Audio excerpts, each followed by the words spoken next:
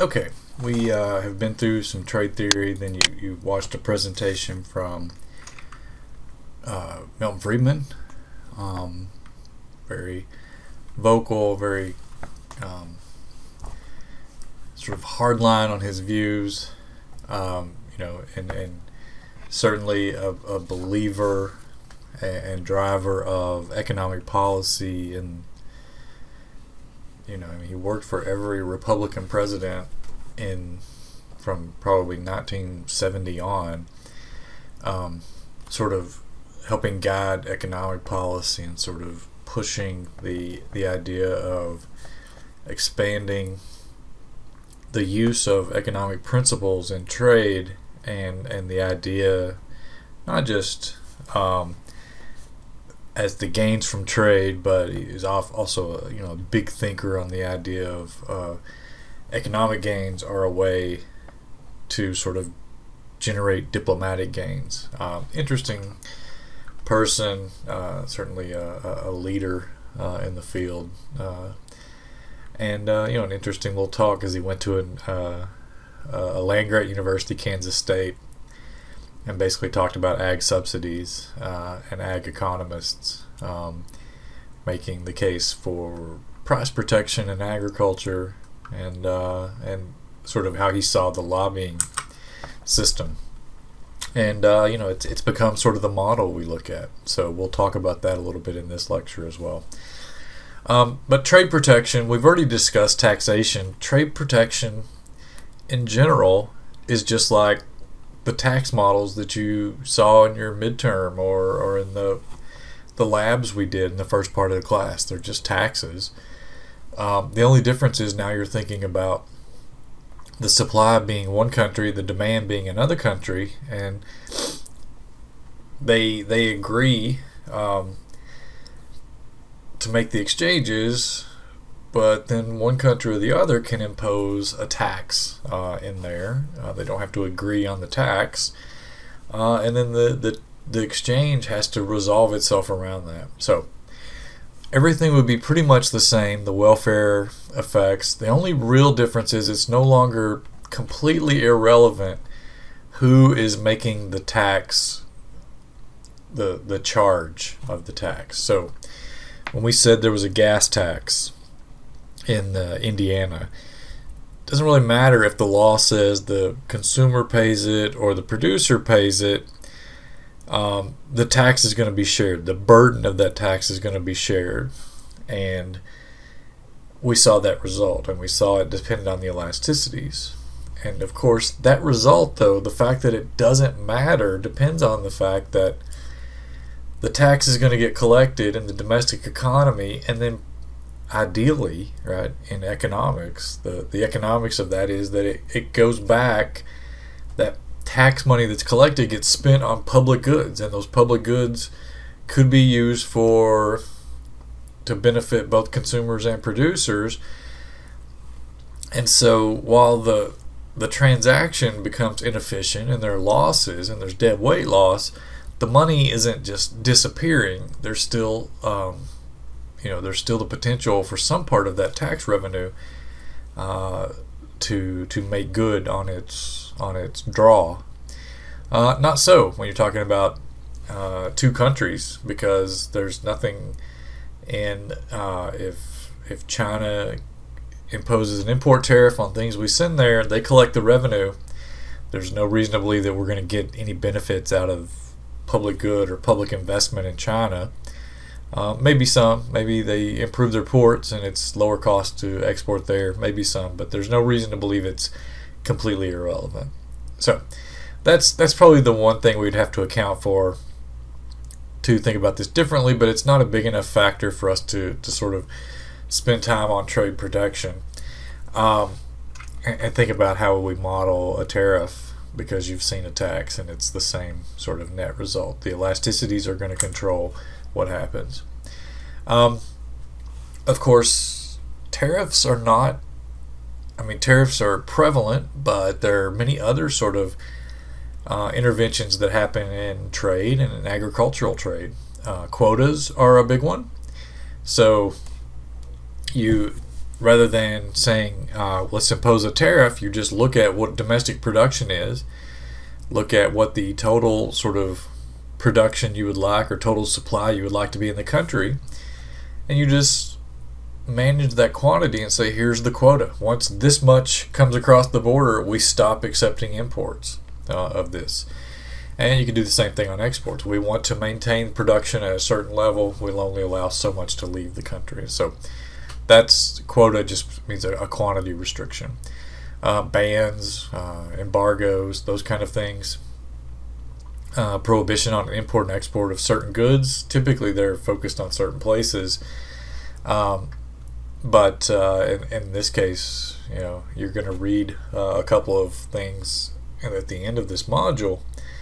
We're getting these sort of temporary export bans on things that countries need to sort of fight COVID-19. And so, it's sort of a temporary emergency measure, but just an outright ban. You're no longer allowed to do it. Logistics. So a big piece of sort of trade is trade cost. So we know it costs to move things from one place to the other. That's the shipping cost, the sort of trade and transport, insurance, financing, whatever, to get something moved. But there could be other ones. There could be other sort of logistics or fees buried into this, and that could be considered protection in some cases, especially if they're outsized fees.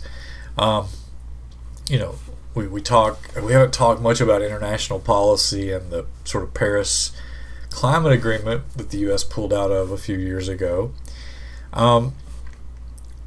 Paris set some carbon goals for countries. I don't even know what the target date was, 2050 maybe. Sort of how much reduction are they going to do? But it was sort of laying the groundwork for further interactions in the economy.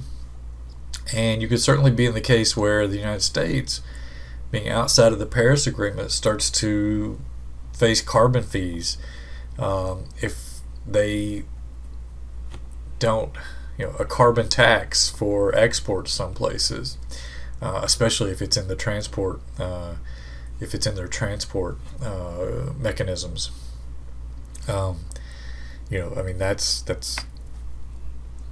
Without voluntary reduction, that is sort of what is going to be faced is sort of economic incentivization.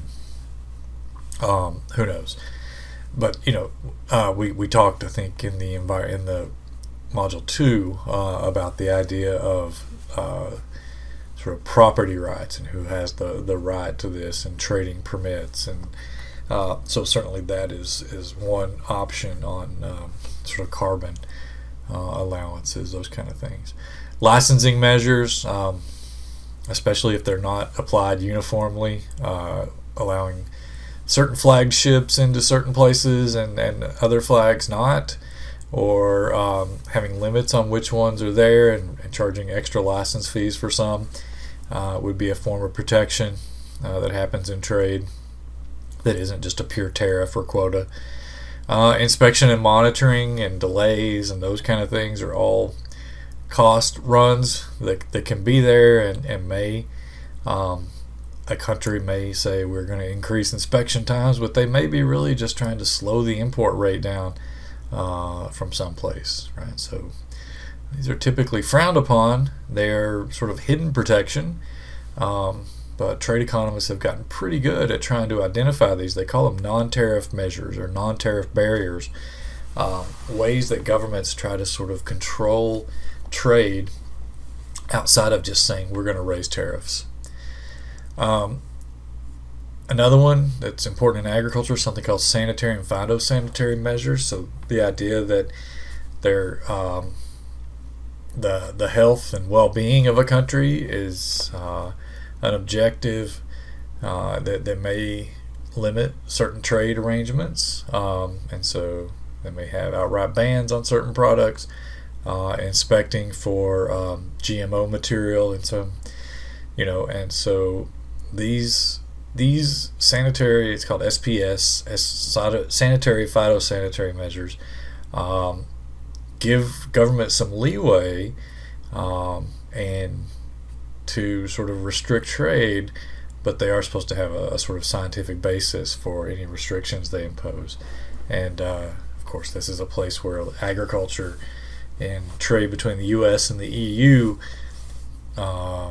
gets into lots of dispute, as there's a lot of GMO production in the U.S. and not a lot of willingness to accept those kind of products in the EU or in Europe, and they spend a lot of time looking for trace amounts of GMO in shipments that they believe would, cause those shipments to be in violation. And then, of course, emergency measures. So that I just added that one because of COVID-19. And we're seeing all kinds of trade policy happen on the fly to try to deal with all kinds of objectives that have nothing to do with maximizing national income or economic growth. Just trying to meet the resource needs of battling the pandemic.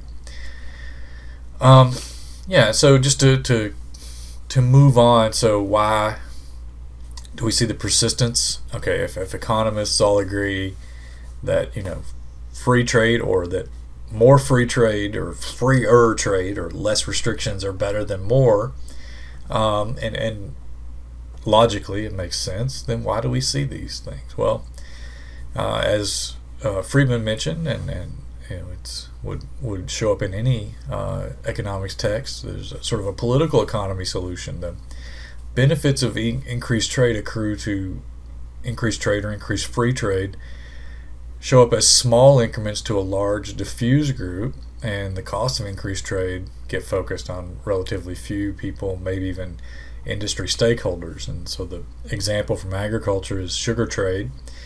Essentially, if you liberalize sugar trade, you made it free entry into the U.S., not quota restricted, then about every consumer in the U.S. would pay 2 cents less per pound of sugar. And, it's up to you to decide whether you notice that or not. It would take a lot of pounds of sugar. We do consume a lot of sugar, but it would take a lot to start to get up into a few dollars worth. Every sugar producer, though, domestically would lose 2 cents per pound on production. This is just saying a one-for-one trade-off, just like the Friedman example. They may notice, right? They may have lots of pounds of production. They procure, the raw material, do the processing, bag, process, sell it, and it could be a big hit. And so there are very few sugar producers. There are lots of us out here consuming sugar. We're unlikely to organize a giant lobby and spend money lobbying Congress saying liberalize trade in sugar, because maximum $5-6 a year is the cost we're facing right now. But if 30% of your profit margin, or 130% of your profit margin comes from sugar policy, then you're going to spend some money on that, and you'll have you and a few others who have a very clear picture of what you want in economic policy. And of course, there are lots of people in the U.S. who think sugar's too cheap. It should be more expensive, not as a product, but as a sort of incentive to consume less of it for health reasons. So anyway, it's really just a political economy story. It basically says that the economic gains are easy to sort of suss out. You take a too good to country model, and we can get the result, and it expands, and it should be that if your country is pursuing sort of pure economic growth, economic income gains, that's what they do. But you add the political component to it.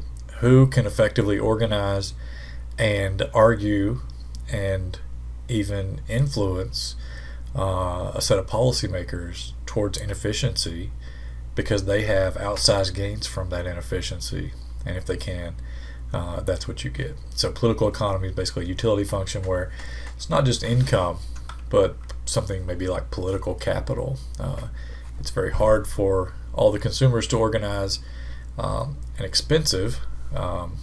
It's probably more expensive to try to influence sugar policy for us than it is to just pay the amount. Okay, this is that last chapter of AGEC that's in your optional reading there. He goes through these readings. You can read through them. I'll just make a few comments as I look here. So, reasons for protection in agriculture. A new industry, certainly if you're trying a new technique, that the upfront costs are causing the cost per unit to be high, but you expect them to be competitive later.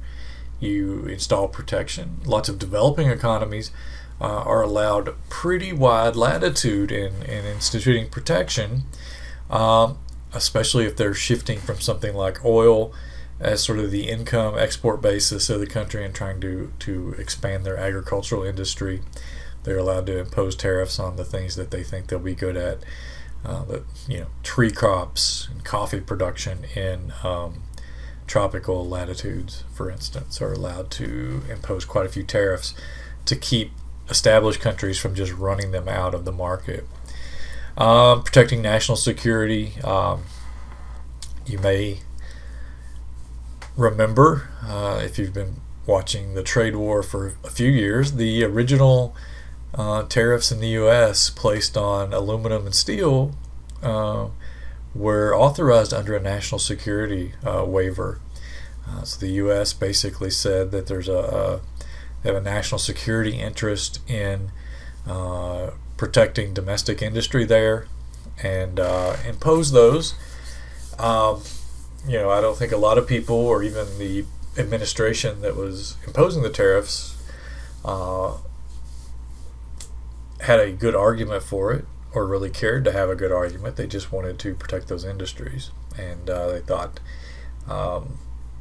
they probably thought it was something more like unfair trade policy, but the national security loophole is one that is much more difficult to get a challenge on, and it's also one that the presidential administration of the U.S. has authority to impose directly. They do not have to work with Congress. So anything national security, there's a lot of latitude for the presidential administration to work from, and subsequently they may have to justify to Congress what they're doing, but not initially. National health. I mean, we are going to see, post COVID-19, what do countries do in their trade regime to think about national health? What beyond food do we start to consider essential and essential products and essential commodities and capacity for self-sufficiency?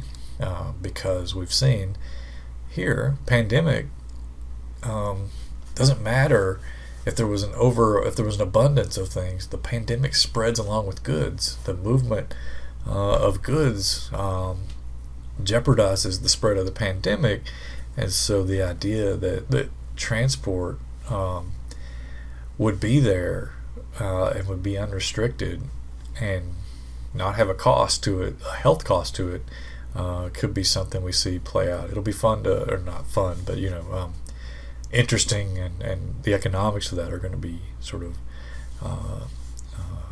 interesting to watch play out. I hope you'll pay attention and apply some of the principles you've learned to see what kind of policies different countries, this country, but other places, sort of prioritize.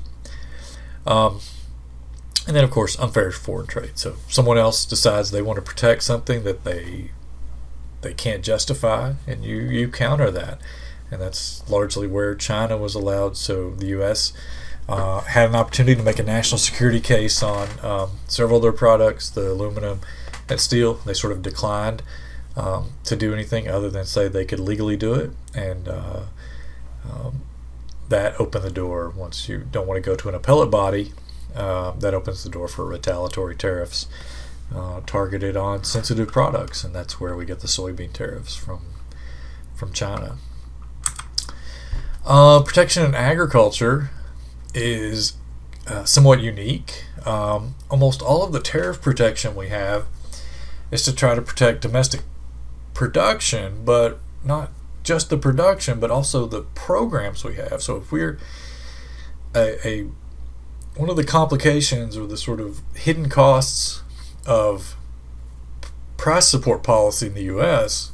isn't that it's distorting. Well, I guess it is that it's distorting, but it's not a hidden cost. But the fact that you also have to back that up with a trade policy. So recently, as in 10 years ago, the U.S.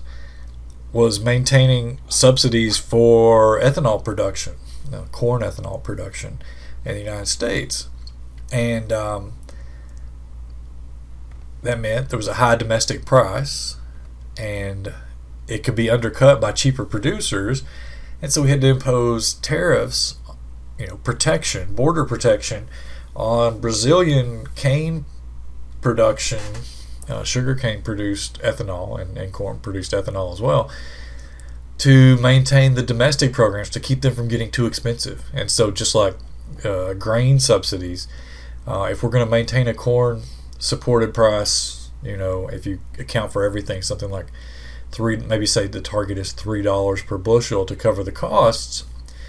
If that becomes a high price in the world, then other countries are going to want to sell in the U.S. because the $3 price is better maybe than what they can get. And you don't want that, because if more supply comes in, it pushes down the nominal equilibrium price and makes you spend more on your domestic programs. So it's really about protecting the domestic programs as well and keeping those from going up in cost. Balance of trade. I think a lot of the sort of Trump presidency trade policy has been, at least the discussion has been on the sort of balance of trade, trying to get the U.S. putting out a higher export bill relative to its import bill. It hasn't happened because it's difficult to move the balance of trade just with protection. But where you might see it having more of an impact is sector by sector. And so certainly you could make the case that the balance of trade in precious metal, productive metals, alloys and so forth, has moved back because you're producing more domestically, or at least we were for part of the time. I have no idea what the trade statistics are now, and importing less, right? But typically, if the balance of trade in one product sort of moves in your favor, the other one will probably move to push it off. It's just there's a double equilibrium condition that has to happen, and one of those, I don't know how much trade you all have had, but it's called the balance of payments versus the fiscal balance constraint. And so the interest rates and borrowing in a country also drive trade results. And so it's really about, is the United States a good place to invest? And so when you end up with a huge trade deficit, it is because the rest of the world, in the U.S., it is primarily because the rest of the world on balance is not as safe a place to invest your money or invest your capital as the United States, and that drives up a big trade balance. So while you might be able to protect one industry's balance of trade, it probably means you're just pushing it out to some others.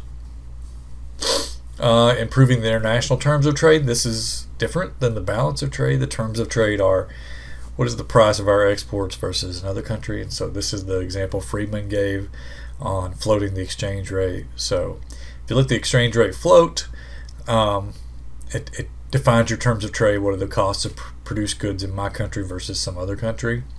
And if they're favorable, then you export more and you import less. Your goods become higher demand around the world, and it tends to be income increasing. And so you may impose some protection there to try to get terms of trade in agriculture squared off, because if you can't control monetary policy, which agriculture can't, and the terms of trade tend to say you should import, then agriculture may rely on tariffs in that sector to sort of counteract that. So if you follow up with the Friedman talk where he's talking about you can get the same effect through tariffs, well, that's what he's saying here. So since monetary policy is going to basically determine the terms of trade, in a nominal sense in the world, then tariffs may reverse some of that for agriculture to maintain strong export position. Revenue. A lot of countries have a trouble collecting taxes, and so an easy place to collect taxes is at a port. You're already inspecting everything coming in and going out, and so maybe you rely on protection, and especially if you're an ag exporter in a poor country, you may have a very difficult time measuring the income of someone to draw an income tax or even collecting sales tax out in the sort of informal economy. But things that go through a port, you can inspect, you can review the bill, and charge the tax and generate that revenue there. And so that's when we talk about tax replacement or taxation in some countries, it really is about the trade taxes. And then finally, protect against painful economic adjustment. Well, let's say we have two closed economies and they open up, just like in the example from the previous lecture 2. That stuff will move fast, right? Opening those two economies and one country becoming the specialist in food and exports, and the other country is now giving up a bunch of food production because they're going to specialize in machines to trade for it.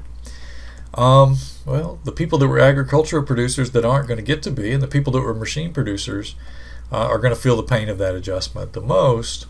And so trying to slow that adjustment path, transition it, may be a reason for protection, especially in agriculture, where you tend to have some wealth and investment built up,